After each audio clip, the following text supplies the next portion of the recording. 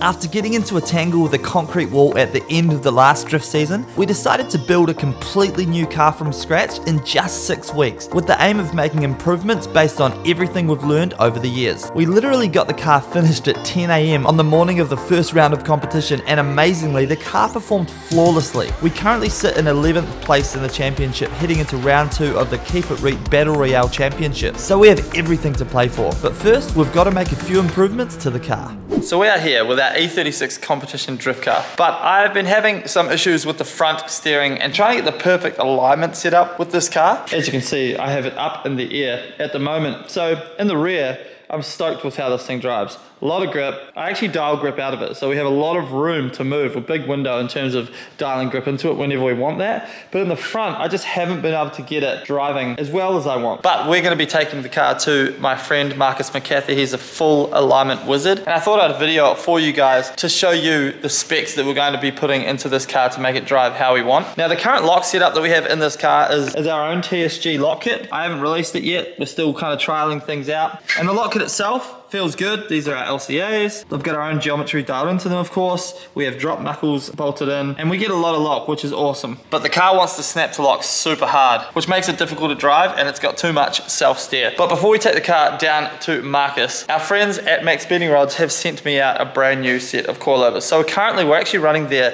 T6 coilovers. That's these ones right here. So we've had them in for 3 track days now, and I've got to say, I'm really happy with them. So these are 3 track days old. We've put them through the absolute paces, and they're still in great condition. No leaks, no nothing like that, which is awesome. They felt really good. The construction of the design is much better than, of course, the cheaper ones that you can buy. I think these ones are like $700 for a set, which is pretty good. They absolutely do the job in terms of competition driving. We took the car and we drove it in competition against some very impressive cars, and the E36 held its own on these coilovers, so that's pretty cool. But then they reached out and said, hey, we've actually got our T7 coilovers. They sent them out, and here they are. So these are, once again, the level up from these, and these are for serious track use apparently. So straight away, looking at them, they don't look too much different, I would say, but I think it's more about what's going on the inside of the coilover. The springs are silver, which is nice. The springs look thicker to me actually than these ones, so I'm assuming they've gone up spring rate in the front, which is going to be quite interesting. So we're going to go ahead and throw these in the car. Remember, we do have true coilovers in the back of this car, so I converted the Max Bending Rods into true coilovers. If you want to suss that video out, go watch the whole build of this car. Actually, there's a full build series. The link will be on the screen somewhere now. But we're going to grab these coilovers and we're going to throw them in the car. You guys have seen me fit coilovers before, so you don't need to see me put them in, but we'll do the old click trick. 3, 2, 1. Look at that. Looking fine. I want to be real with you guys here for a second. I will never tell you that a product is good if it is not good. I'll always tell you if it's shit. Yes, Max Bending Rods send me this stuff out for free, but it doesn't mean I'm not going to give you my honest opinion on it. And my honest opinion for the last ones that I had in this were surprisingly good. I just want to help you guys get as much value for your money. So I will let you know how these go after a solid couple of rounds of absolute thrashing. You can grab yourself 10% off. Use my code Mikelake. The link is in the description. Coilovers are in the car. Now it's time to take it to Marcus and get him to do his wizardry on this car. So let's load up the car and let's go. So unfortunately, I didn't actually get the chance to film with Marcus while he was doing the alignment, but here's the alignment specs that we dialed into the E36. So we have 6 degrees of camber up front. We have 8 degrees of caster and 20mm toe out. That's the front alignment. Then heading on to the rear alignment, we have 0 degrees of camber in the rear and 8mm toe in. This alignment felt absolutely amazing. If you're in Melbourne and you're looking for an alignment, hit up Marcus at Traction Tyres and More. He's an absolute wizard when it comes to drift alignments. Alright, skip forward. A little bit of a weird transition there, but we're here at the shop. My car's on the trailer. It's good to go. The Max Bending Rods are in. We're competing tomorrow. Right now it's like 12:45 AM. And Nathan had some issues with his livery on his car, but he wanted to get it done, so he brought it into our shop and we nailed it out. By the time that this video's out, people would have seen it, so I'm allowed to video it. But yeah, we chucked the livery on the car. Stoked with it. Chrome, black on the Atlantis blue. Looks so good. And he's full hot boy with his, look at these wheels. That is crazy. But right now, we're gonna go get some sleep. We are going for gold tomorrow. We're not holding back. It's going to be a sick day. It's 11 AM to 11 PM, so it's just a massive day. And obviously right now, we're already running late for sleep. But we're going to film it all. It's going to be awesome. We're going to fade to black right now and hit straight into that B-roll. I'm going to get some sleep. Bye.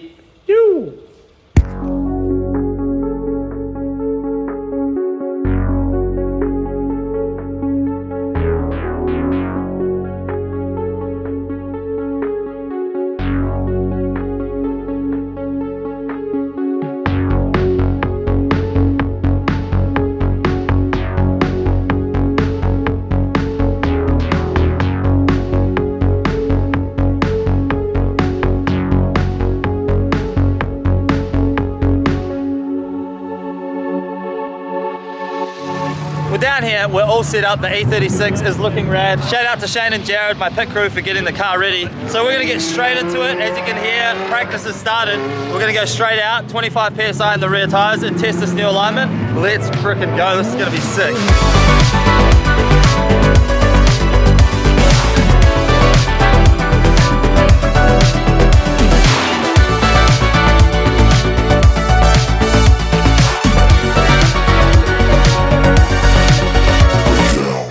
So in practice, what I like to do first is get my lead line dialed before I start doing my chase runs.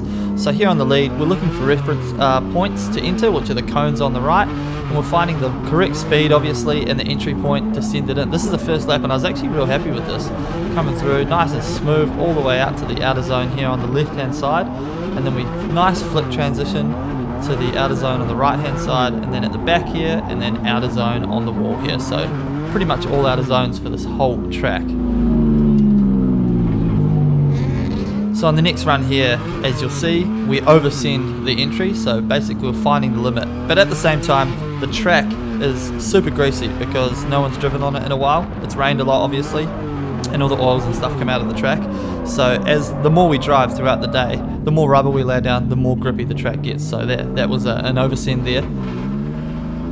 This entry, again, trying to dial our entry line in before we get to the chase runs, and this one was another nice lead line. So entering on the first cone as fast as I could go, top of third gear, was basically the entry point for us. Nice smooth line, mid-line is what the judges wanted through there, outer zone, and a nice big flick here. The car was driving so well with the Marcus McCarthy alignment, it was beautiful, so I didn't really have to do a lot through that section. The car kind of drove itself, really.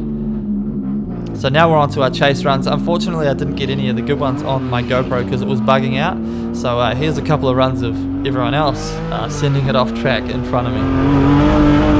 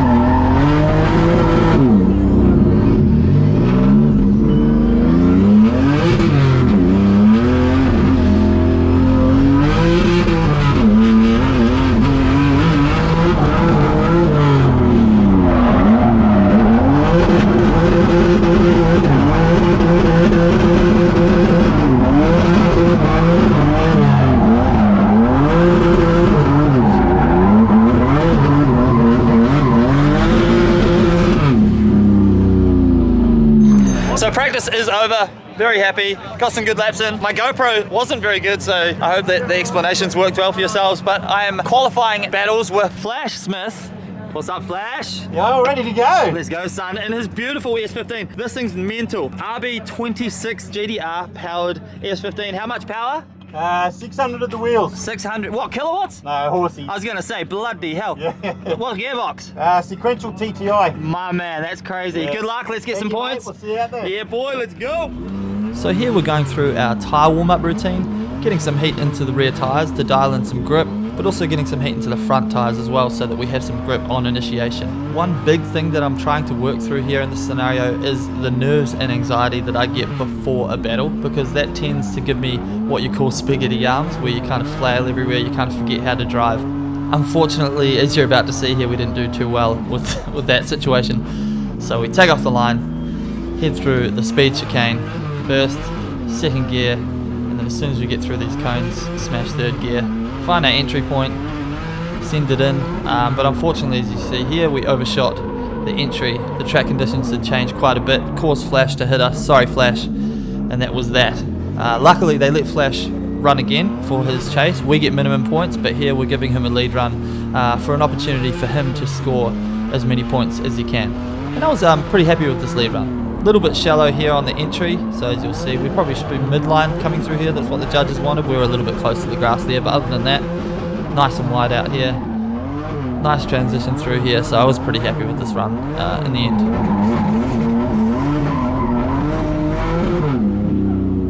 So now on our chase, we know that we're at a deficit, and so we need to chase super hard. But I haven't driven with Flash a lot, so I gave him a little bit of space here on entry, and as you'll see, that was a bit of a smart move. So we enter here on the handbrake early, the safety brake, and as you see, he has a bit of a bobble there, so pretty good that we gave him a bit of distance. But now we're back on door, about where we need to be. Nice transition here, could be a bit closer. This run wasn't scored very high by the judges, so obviously they saw something they didn't like. We got a 17 out of 30 there, and that placed us 31st out of 40 after the first qualifying run. So we know in the next runs we have to absolutely send it. So as you saw, I drove like a Sparta on my lead run. They let us rerun the lead because our qualifying battles, so the chase car could have another go at getting points, but I score minimum points. Luckily you do 2 battles, so now we need to absolutely send it on this next qualifying battle because we are low down the tree at the moment. We're going against Bo Gagliardi. How you doing? Yeah, good man. Just been 7 years in the making, this battle. yeah, it's been crazy. So We met at Mount Gambier like 7 years ago. yeah, 2016. Yeah, like 2016. 16. Crazy. And then, so the best thing about this is it's a qualifying battle, so we just go in and have fun, which is a good thing because we're not knocking each other out yet. Yeah. But let's go have some fun. Dude, just do some sick laps. I love this. The V8 Cressida looks absolutely bonkers if you ask me. Super sick. His YouTube is in the description. Go follow him. Check out all his stuff from South Australia. Let's go! So we give Bo a bit of a G up at the start line there. Check the GoPro's recording. Shake off the nerves. Alright, so leave the start line. Again, we know we need to be super aggressive in this run if we want to make the top 16. So we want to be as close as we can on initiation. I actually gave him a bit too much room here.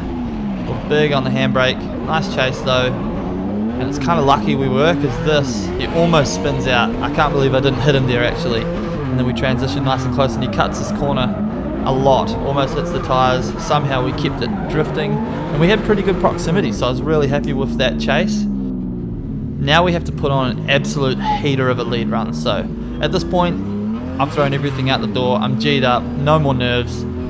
So we send it through the speed chicane into third. Find our reference cone, entry. Awesome. On the handbrake. Nice midline through here, a bit close to the grass, but pretty nice. Super wide out to the outer zone here. And we flip through nice and hard perfectly on the grass. Nice and wide all the way through. And that was an awesome run. The judges scored both the chase and the lead super high. We actually ended up making 12th place in the top 16 out of 40 drivers, so really happy with that. And yeah, we overcame the nerves, so bang on. The sun is setting on a beautiful Calder Park raceway. It's dry, and we made the top 16. We came 12th, so we did well in that second battle because we sucked in the first battle, but that's how it goes. It's all good. I held back the nerves. We got in. E36 is purring thanks to my pit crew. Shane, Jared, who's on his phone. He doesn't care. No one cares. Unfortunately, Nathan just missed out on the top 16 by 0.2 of a point. He came 17th. It's alright though. It's all good. So now, guess what? This is the best thing ever. For our top 16 battle number 1, you can lose twice in this round robin scenario. We are battling none other than Cam Martin. This has been a battle that's been building up for a while. We've never battled each other, and it's going to be a crazy. RB25 with the RB26 RTBs, 400 kilowatts. Goes does all those things, and he drives like an animal, so we're just gonna have to absolutely send it. Fingers crossed, whatever happens. It's been a good day so far. It's nice to make top 16 out of 40 drivers, qualified 12th. Not amazing, but not terrible. Let's go. It's nearly time to go battle, son. Yeah, let's do it. It's gonna be sick, man. I'm fucking excited. Yeah, I'm so pumped. It's been a long time coming. You gotta put in our first ever battle like 6 years ago. So I battled Cam, first ever top 32 ever that I was in, and he absolutely annihilated me. Yeah, boy. Love ya. Keen. Good luck, bro. That thing sounds so good. Look at that exhaust.